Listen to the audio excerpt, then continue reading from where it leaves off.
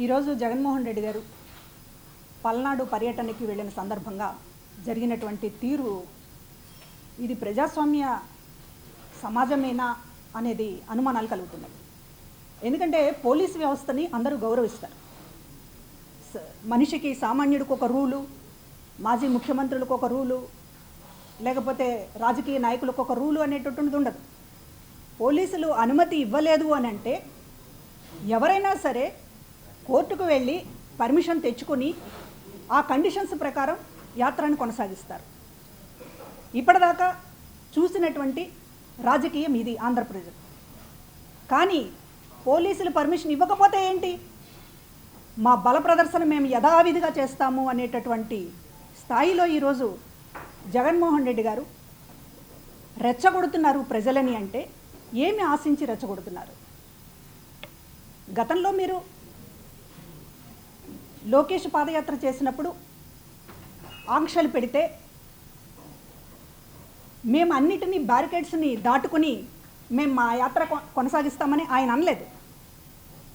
పవన్ కళ్యాణ్ గారిని వైజాగ్లో మీరు నడి రోడ్డు మీద ఆపితే వెనక వేలాది మంది జన సైనికులు ఉన్నారు, మేము పోలీసుల్ని గుప్పెడి మంది ఉన్నారు, ధిక్కరించి ముందుకెళ్తామని వెళ్ళొచ్చు. ఆ రోజు పవన్ కళ్యాణ్ గారు ఆ రోజు వెళ్ళలేదు.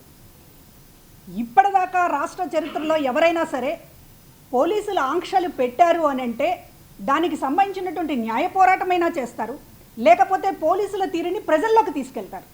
అంతే తప్ప గుంపులు గుంపులుగా వచ్చి మీరు రూల్స్ పెడతారా, మేము వైలేట్ చేస్తాం అనే కవ్వింపు చర్యలకి పాల్పడడం అనేటటువంటిది. అందుకే జగన్మోహన్ రెడ్డి గారికి బాధ్యత లేదు అనేది. బాధ్యత లేని నాయకుడు ఈ చరిత్రలో ఎవడైనా ఉన్నాడు అంటే జగన్మోహన్ రెడ్డి గారు మాత్రమే. ఎందుకంటే ప్రొటెక్షన్ అనేటటువంటిది పోలీసులు ఇచ్చేటటువంటిది. ఈ రాష్ట్ర ప్రజల్ని జగన్మోహన్ రెడ్డి గారు కాపాడడం లేదు, వైసీపీ నాయకులు కాపాడడం లేదు. అది దొంగతనం కావచ్చు, గంజాయి కావచ్చు, మరొక నేరం కావచ్చు, పోలీసులు కాపాడాల్సింది. మీరు ఒక మాజీ ముఖ్యమంత్రి స్థానంలో ఉండి మేము పోలీసులను లెక్క చేయము అనేటటువంటి ధోరణిలో వెళ్తే రేపు ఒక దొంగ వెళ్తాడు, ఒక గంజాయి నేరస్తుడు వెళ్తాడు, ఒక మాఫియా డాన్ వెళ్తాడు, ఒక భూ ఆక్రమణదారుడు వెళ్తాడు. పోలీసుల్ని లెక్క చేయకుండా ఉండేటటువంటి కల్చర్ని మీరు నేర్పుతున్న తర్వాత ఒక పొరపాటు చేశారు. తెనాలికి వెళ్ళి రౌడీ షీటర్లకి వాళ్ళు ఒక స్వాతంత్ర సమర యోధుల్లాగా వాళ్ళని కీర్తించి వచ్చారు. అక్కడ పోలీసుల వ్యవస్థకు సంబంధించి చాలా పెద్ద పొరపాటు చేశారు. ఇవాళ ఆంక్షలు ఉంటే ఏంటి, ఆంక్షల్ని ధిక్కరిస్తామంటే రేపు ఎవరైనా ధిక్కరిస్తారు. ఆంక్షలు అనేటటువంటి మాకు కాదు అని ప్రతి నేరస్తుడు అనుకుంటే ఈ రాష్ట్రం ఏమైపోతుందో ఆలోచించాలి.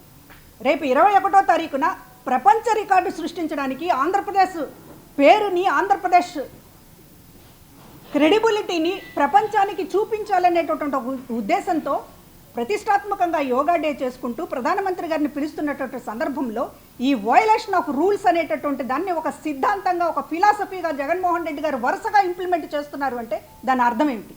ఈ రాష్ట్రంలో శాంతి భద్రతల్ని దెబ్బతీయదలుచుకున్నారా? శాంతి భద్రతలు పోలీసుల అదుపులో ఉండకూడదని చెప్పదలుచుకున్నారా? మాస్ సైకాలజీ మీకు తెలియదా? పిరికివాడు కూడా గుంపులో ఉంటే రాయిలేస్తాడు. పొదిలిలో ఏం జరిగింది? ఎందుకు పోలీసులు ఈరోజు మీకు ఆంక్షలు పెట్టాల్సి వచ్చింది? పొదిలిలో రాళ్ళు రువ్వారు, చెప్పులు ఇసిరారు, వీడియోలు దొరికినాయి. ఒక కంట్రోల్ లేనటువంటి బల ప్రదర్శనకి మీరు పదే పదే పాల్పడుతున్నారు. పరామర్శలు కాదవి. ఒక రైతును పరామర్శిస్తే దానికి ఒక పద్ధతి ఉంటుంది. ఏ పొలిటీషియన్ అయినా ఒక పద్ధతిగా వ్యవహరిస్తున్నాడు.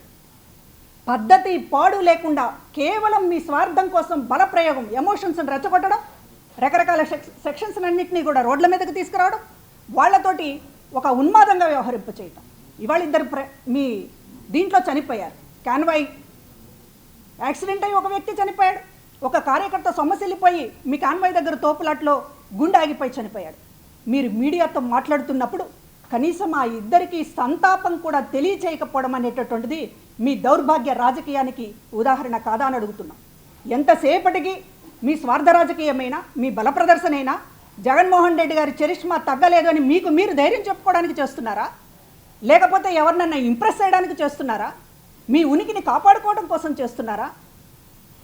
కేవలం మీ చుట్టూ రాజకీయాన్ని తిప్పుతూ ఇవాళ రాష్ట్రంలో శాంతి భద్రతల్ని చివరికి ప్రశ్నార్థకం చేసేటటువంటి హక్కు మీకు ఎవరిచ్చారని చెప్పి అడుగుతూ ఉన్నాం.